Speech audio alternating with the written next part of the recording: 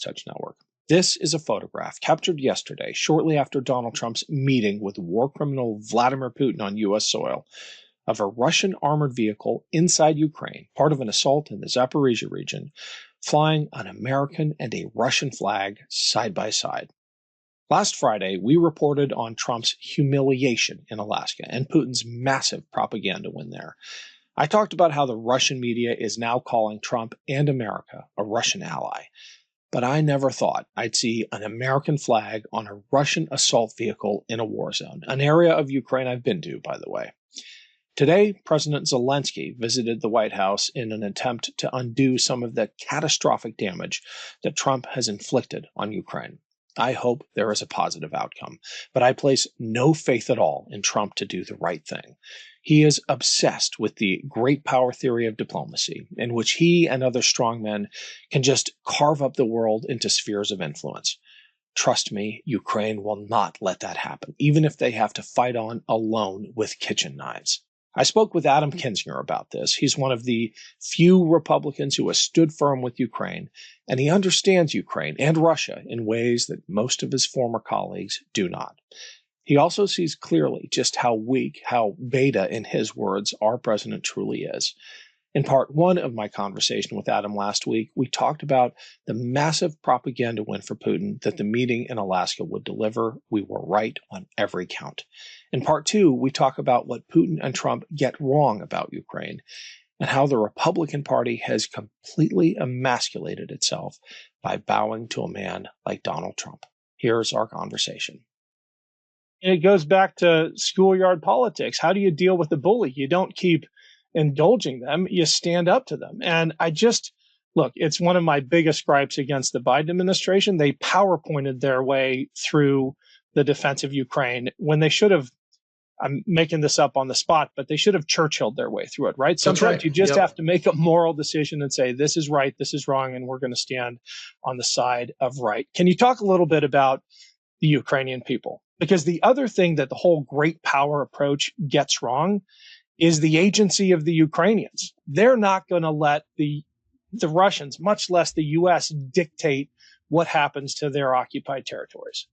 Yeah, that's correct. I mean, look, back when I got one of the very first intel briefings, I was still in Congress when, basically they knew that Russia was going to attack. And one of the things the CIA and stuff was saying, they thought Ukraine would collapse in a week or two, but they said, look, the Ukrainian people will engage in basic guerrilla warfare. And we were, as a nation, going to transition to supplying this guerrilla warfare effort. Maybe it took a decade to do it. Now, obviously, that didn't come to fruition. But what that shows is that at least we vaguely understood the will of the Ukrainian people, which is, look, they don't see themselves as Russian. They see themselves, even Russian-speaking Ukrainians see themselves as much as of Russia as we do of England here in the United States of America. We share a language, but that doesn't mean we're British. And that's the same thing with Ukraine. They see themselves now. They have developed a national identity. Not only have they developed it, they fought for 3.5 years for it. That's a whole nother thing. They have now spilled blood in the service of a national identity. They're not going to give up. And if they end up having to throw rocks at, occupying Russian soldiers, they'll do that. If they end up having to sneak up on them from behind at night, they'll do that. Thankfully, I believe they won't have to resort to that. But the Ukrainian spirit is not going to give up. And look, man, these are just fantastic people. This is the other thing, like as Americans, and as Europeans, we've got to look and say, this is the largest country in the continent of Europe, besides Russia, if that's even considered Europe. And they are naturally more aligned to our values than almost any other country I can think of in their aspiration. They're not going to lose. The question is, how many more Ukrainians have to die until Russia realizes this is a futile effort? I remember in the opening week of the invasion, talking to one of the defenders of Odessa who described showing up to the recruiting station and seeing grandmothers with kitchen knives ready to defend their city. And this is a Russian-speaking city inside Ukraine that is every bit as Ukrainian as every other part of Ukraine, including the occupied regions. Hey, it's Ken Harbaugh. Quick break to say thank you to everyone who's been following and supporting this show and this channel.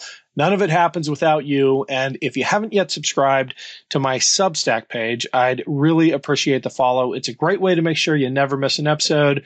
It's free to sign up. And if you're able to pitch in a few bucks, every dollar goes back into the show. Just search for The Ken Harbaugh Show on Substack or click the link below. Thanks. Last question, because you had a tweet or maybe a Blue Sky post recently that jumped out at me. I don't have it pulled up, but you were talking about I'm going to paraphrase, but the emasculation of the Republican Party and the fact that Donald Trump, as alpha as he projects and as much as he is puffed up by the Republicans around him, he is as beta as they come. What has happened, man, to the party of defense, of strength, of masculinity? I mean, it's a stunt these days. It is. I mean, look, I think the definition of masculinity has been perverted. Part of it is the fault of men because we did not defend masculinity for the last 15 years. We allowed some to call masculinity toxic, which I think created an environment that is what we're seeing today, where so many young men are going for this Andrew Tate thing because they see that as the only definition of masculinity.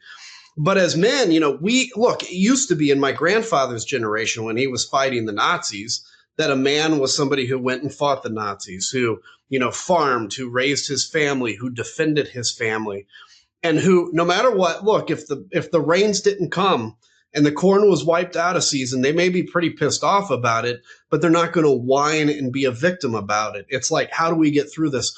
What the Republican Party has become under the tutelage of Donald Trump, because he's done this his whole life, is a victim of everything. I mean, look, they've 40 years of Fox News culture has convinced kind of, right-wing America that they've been forgotten and left behind. Some of that is true. Most of it isn't. But Donald Trump comes along and says everything bad that happens to you is the fault of somebody else. You're a victim. Let's think about Donald Trump, the most powerful man in the world, reelected to the presidency, by the way, against all odds, right? He's now president of the United States, and he's still a victim of everything?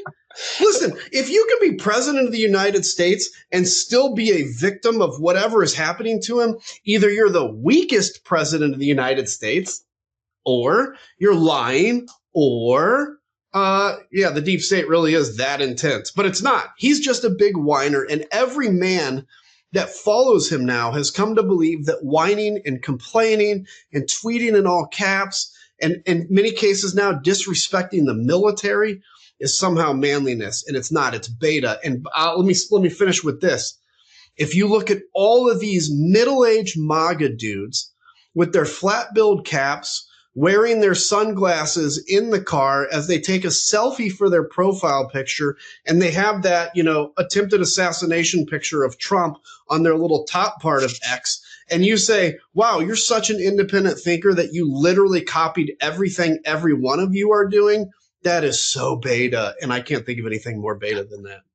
Well, it's made worse by the fact that Donald Trump has convinced them that the people victimizing them are some of the most marginalized people in our society. Immigrants, trans people. Those are the enemy now. Those are the people who are pressing their thumb down on you. It just fills me with rage. I think there has to be a reckoning, an awakening at some point. But you know what? That's what elections are for. How are you feeling? Last question about the polls and the trends, and is Donald Trump really cratering like it looks he might be?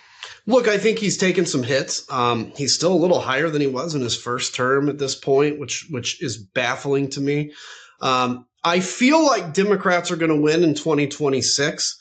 What I worry about is they win despite themselves. Look, I want them to win. I haven't voted Republican in 4 years, but I don't want them to take a lesson that whatever they do, if it's not a good message, is what they need to do in 2028. Because I have not heard, I'll be honest with you, a coherent, solid message from the Democrats. This big, beautiful bill, which is a piece of garbage, I don't hear a consistent message against it. When I was running in 2010 as a Tea Party Republican, we were able to coalesce the message around, remember, the infrastructure or the stimulus bill and the healthcare bill. And we made that the talking point. The Democrats have got to do the same, because this is the worst bill that has passed Congress in 20 years. And if they do that and they can get that message together, I think they're going to crush the Republicans in 2026. And I think they'll win regardless. But that's where I'm at. The last thing I'll say, too, on that is to everybody watching, the tendency, and I fight this every day, so I'm not like preaching at you. The tendency is to get discouraged, to feel like, well, what's this worth? And oh my God, we can't do anything till 2026. Yes, we live in a society where you get to vote every 2 years, and that's where you have the most impact. There's a lot you can do beside that. But beyond that is the most important fight you can take right now is to keep your energy up and keep your enthusiasm up, and to appreciate the fact that you're in an alliance with people that you probably never would have been in an alliance with before in any other case, because we're in an alliance to defend democracy. And because if you get disheartened and quit, they win because they get energized by this crap. They love what's going on every day. We get exhausted by it. So just keep your head up, keep energized, take a break if you need. Great note to end on, Adam. Thanks so much. We'll check in again soon. You bet. Take care, buddy. New Meidas merch drop. Check out the latest pro-democracy sticker packs, t-shirts, hats, sweatshirts, and more. All at store.meidastouch.com.